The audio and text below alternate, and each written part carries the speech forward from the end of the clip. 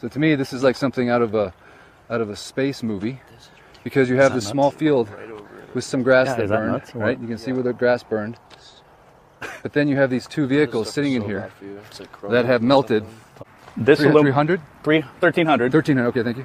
1,300, well 1220, but if you round it up, because it was not only melted, it was liquefied to the point where it became a river of aluminum going down the dirt hill. So this is the aluminum rim, obviously. There's the tire, what's left of it, the steel threads or steel belts. And maybe combination gas tank if the gas tank's aluminum.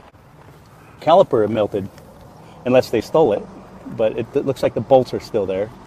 The windows that were melted, the back window, if you look at the big old, like, almost like... The glass is just melted. Yeah, it was dripping. This is almost what you would see if you put a car in an incinerator. And there's an animal that died here or something. I'm smelling that must be a cat that was under there. That smells like a dead something. Yeah. I mean, the heat is just tremendous heat. Melting glass, melting metal, incinerating the tires. The block is still there? But the aluminum valve cover is still melted to death. So can a grass fire... But how does it burn underneath the hood? That's the thing. Underneath the hood is protecting it from heat, right? Or oxygen. Oxygen. You can't get in there. Right. So you have no combustion. And again, if you're just tuning into this live, the edge of the fire went to that little grass. This was all just grass, no trees. You can see a couple of trees right there.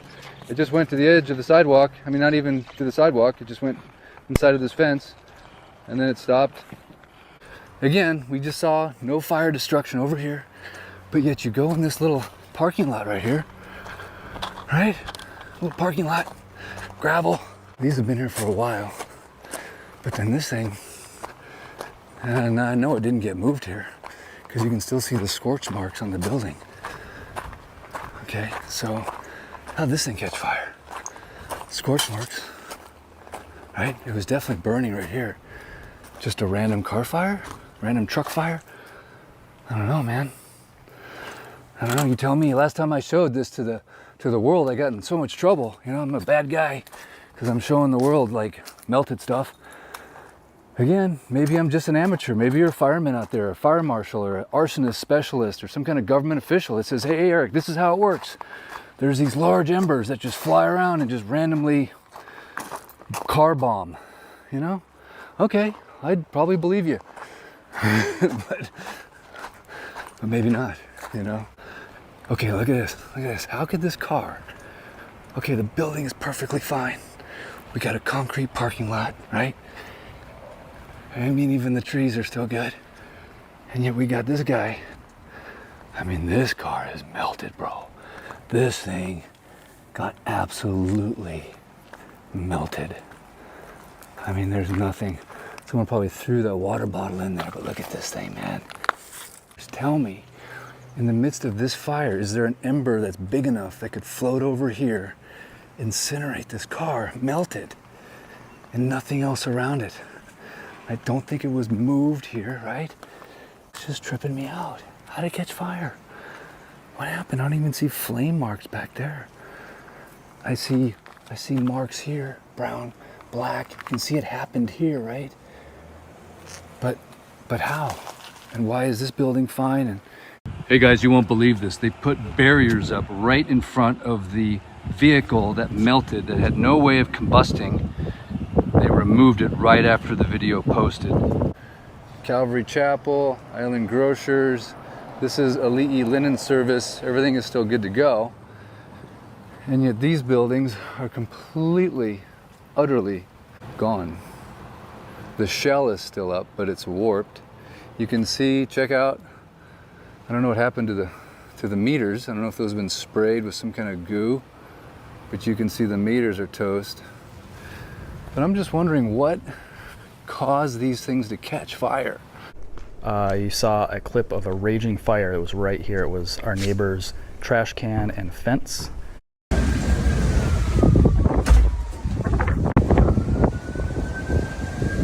And you can see that it's actually just the fence and the garbage can that burnt. Also hit the air conditioning unit there. But the house itself did not start on fire. This is my house right here. And here's another, I guess you'd call it an anomaly, is our garage door keypad. This has a cover on it, or it used to have a cover on it. And that's what the cover looks like right now. So completely charred. Looks like it was burning pretty heavily, but around it, you know, the entire building around it looks like it's untouched. And then somebody tell me how those cars back there were on fire. How is that possible? Wow, you guys. And MPD is not letting us in here. That is crazy. I want you to notice there's a vehicle that's been here since the beginning. It wasn't dropped off here, obviously. The amount of grass, as you can see, that burned and the char marks. This car is basically completely surrounded by gravel. And you can see a small little flames right here when this grass burned. Yet, when you turn and look right in this direction, you can see this car. This is a tire that is gone. These are the braids of steel inside the tire. Look at the windshield. That is a windshield right there that is completely melted. We have some cast aluminum here that's pulverized. Just dust. How is that possible for a grass fire that did not come from this direction? Because you can see there's nothing that's been burned over here. Even down below, directly below this, you can see some wood fence posts that were burned, but you can see all that grass is still good. So how do you get this car this hot? Right? Yeah, it's an anomaly. Oh, there's the window down there in the middle. Where's the window? Down in the crack. Oh, you can see the melted window down in the crack. It just dripped down in there. This is melted copper. Yeah, These are the jumper so cables. what people are familiar with seeing, this is how hot it got. This literally destroyed metal, and I mean the spring had no integrity at all. You can see this. What do you think this is? Is this the tranny? I don't know. Maybe it had an aluminum gas tank. But look at all this. Came all the way out here. Yeah, that's not just heating and melting. That's liquefying, which is Liquefying. That's a whole other that's level. probably like 1,500 to 2,000 degrees. Look, So that looks like a cell phone.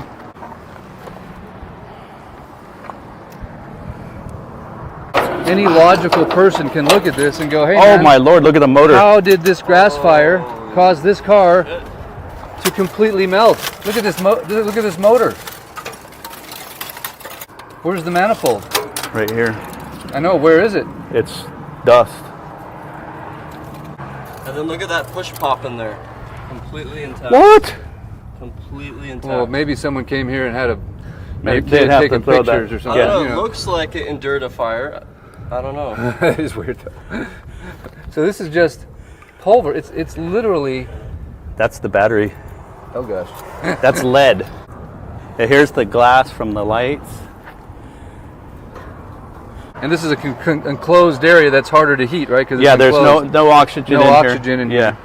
So all the aluminum, anything aluminum, plastic got melted.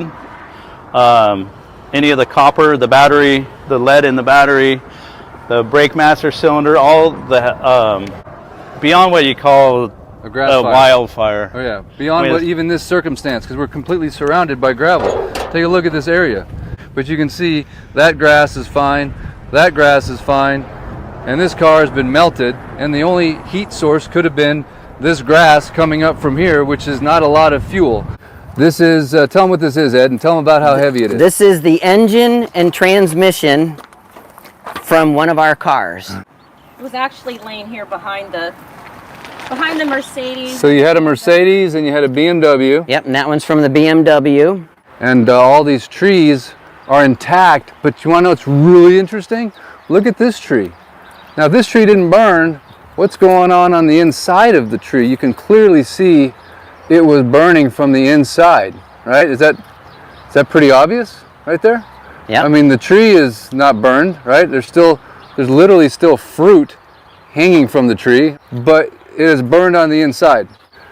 What causes a tree to burn from the inside? And then you've got this sawhorse with some 2x4s or 2x6s. Made out of wood. Made out of wood, and that's all good, right? But yet, on both sides of This, you have a house that completely melted and cinder blocks that are melted.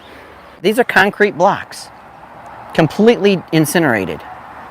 That's amazing. How hot does the fire have to get to burn concrete? Just crumbly.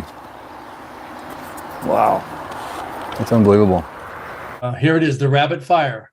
The house is missing, only metals are left and stonework. Even some of the stonework is crumbled. But the biggest thing I see is the van over there with the rims melted out and the windows are melted out. That doesn't happen in a normal forest fire. It just doesn't happen at all. Anybody that's watched our last video, I talked all about the windows melting at 2,500 degrees and the rims, the aluminum and alloy rims melting out at 2,120 degrees or somewhere in there.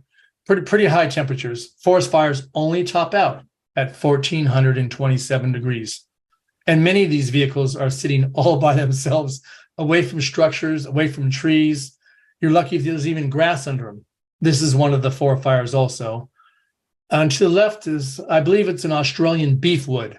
Just a few feet from the car, the needles didn't want to burn up. But look at the car. Rims melted out, windows melted out. There's not enough fuel on that ground to make that aluminum just keep on flowing. It might have sagged a little or melted with super high heat, but it's not going to flow away and keep going. I've spoken a lot about trees burning from the inside out, and that's exactly what's happening. This is, I believe, a valley oak or a black oak in the Kern River system by Lake Isabella. Big, healthy thing up with the pine trees, and here it burned from the inside out, and they cut it off the road. And this shouldn't happen. Trees should not be burning from the inside out, but that's where they carry the most water or liquids, whether it's sap or more on the water-soluble side. That's something to look for in all these aftermaths. When people go back to their homes, look around at the trees that have been cut down around your home, around the street, telephone wires, whatever it is, wherever it is. Take a good look and take pictures. This is not normal. You may find 1 or 2 that are giant, and yes, they would have a cavity in them, but not every single size. Not a little baby oak or pine tree that's 6 inches in diameter. No, they will not have any cavities or heartwood. The Fawn Fire up north, Redding, California, where they put the blonde lady in jail, that couldn't have started this fire at all. Some of my most damning photographs, the nails are on fire, and the wood only burns as a secondary event because of close proximity. Normal fire would burn the post and drop the nails on the ground. So this is paradise. I believe it's 2018. This is totally unnatural. The forest fire forgot to burn the forest, with a few exceptions. The homes are turned to white ash. Look at all the trees. They're either a light shade of green or light brown, not burning at all. So this is totally unnatural. This is, of course, is Santa Rosa also. 60 to 80 foot ponderosa pine and white fir. They really didn't burn up that day. A few if they're close to homes, in close proximity, but these homes are missing. But look in the street, the plastic garbage cans, not melted. And we see the glass melting in the cars. And in order for glass to melt, that is way over 2,500 degrees. Regular wildfires are estimated at about 1,400 maximum. This is Fahrenheit. Yes. And here's one of the 10 trailer parks or mobile home parks that were completely burned to the ground in Paradise. All 10 mobile home parks. And there's those darn trees that turned fireproof in the last 10 years or thereabouts. Here's Santa Rosa. That's the first picture I ever saw 7 years ago. And it didn't make any sense to me. Right away, it's the first thing I saw is there's trees everywhere, even between homes. And yet the homes are missing, and all I see is green trees. That's an impossible thing to me. This is Paradise. The ground's just toasted. The ground's burned up, but the trees didn't burn. The rims, if they're aluminum or alloys, they're melting out of the car across the street there. What kind of fuel kept that aluminum flowing that far away?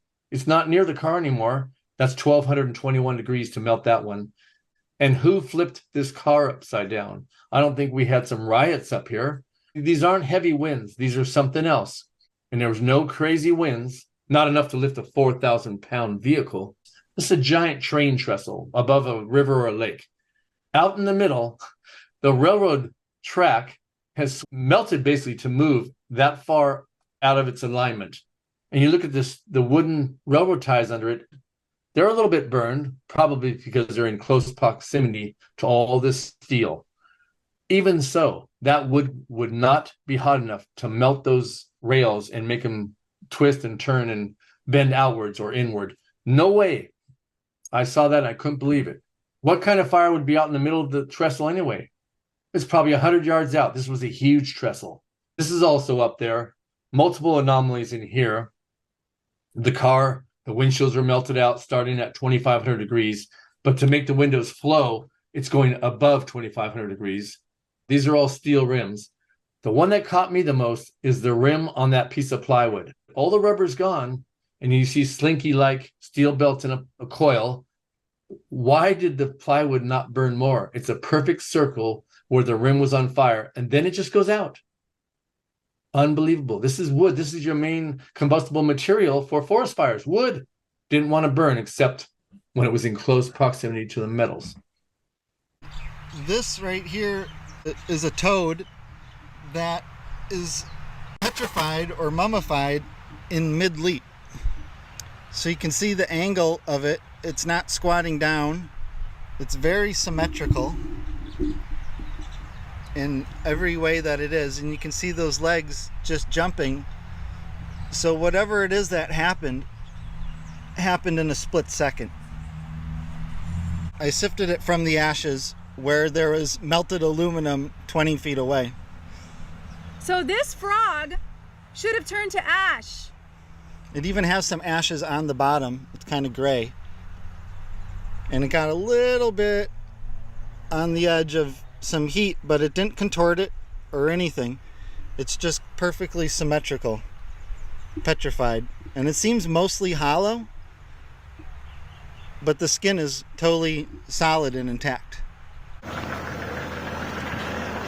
Well, I'm going to show you what happened here. This poor soul right here got burned out. Literally burned. This is a body, people. A body. This is what fire does. A small dog. This is what happens. I was not, but oh my God, I'm feet away from here. This is where I jumped over the fence right there. Now, this is the poor guy. I came down to get my crippled friend out, and he didn't make it. Nobody made it down here. These people all got burned out. I was right down below them here, and my friend, as the car's on fire, you can see he's dead, and his mother.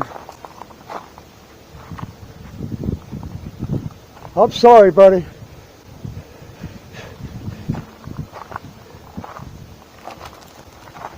Yeah, these people all got burned out. There's dead bodies in here. They're all burned. Every fucking one of them. You can see the bones in the front seats. These people got burned out in their cars like I almost did. Dead, dead, dead. Everybody here is dead. All 4 cars. The average house fire burns at a temperature of about 1100 degrees Fahrenheit, which isn't hot enough to destroy most metals and earthly made substances. And if an item is well placed and small in size, its chances of survival increase drastically. Let's take a look at the burning point of a couple of materials. Glass burns at around 2600 to 2900 degrees Fahrenheit, which is more than double the regular temperature of house fires or forest fires. Aluminum melts at around 1220 degrees. Some alloys burn a little bit hotter, around 1900 degrees. Now let's take a look at what the National Institute of Fire Safety and Safety Training say what will not generally burn in a house fire. Jewelry, because it's metal. Silver coins, because they're metal. Filing cabinets are built to last so that businesses won't have to deal with the loss of important files after building fires.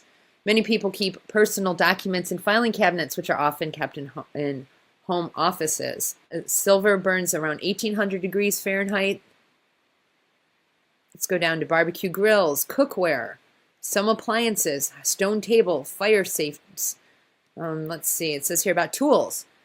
Because the melting point of carbon steel is between 2600 and 28 degrees Fahrenheit. And the melting point of stainless steel is roughly 2,700 degrees. So you're not going to see your barbecues melt. You're not going to see your ovens and most of your appliances. They'll be burned, they'll be damaged, but they're not going to melt. It's common to find an appliance or two that remains intact. There's chaos around there, but many appliances these days are made with stainless steel, which gives them a sleek and design durability. So a lot of people have these things, but the metal, the frame itself of these things is not going to melt. Well, let me just show you some pictures here of normal house fires. What's usually left afterwards? There's a bunch of rubble and everything's black. Usually the frames of the buildings stand. The entire building does not disappear. There's still debris. There's a huge debris field after these things. You see, there's like gutters and stuff. And the wood, even though it does burn, it doesn't totally burn.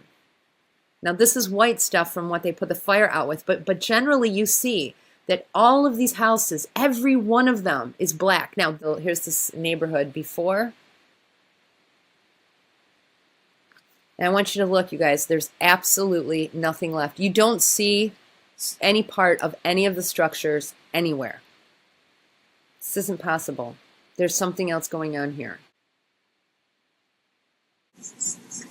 Now I want you to notice here that there's absolutely nothing of the structures left, not one of them. The trees are still here. There's debris, but very, very little debris. Where's the stuff that was in all these houses? Where's the stuff? Where's the roofs? Where's the brick? Where's the granite countertops? Where's the appliances? Where is everything? How come only the trees are standing? This is just not right.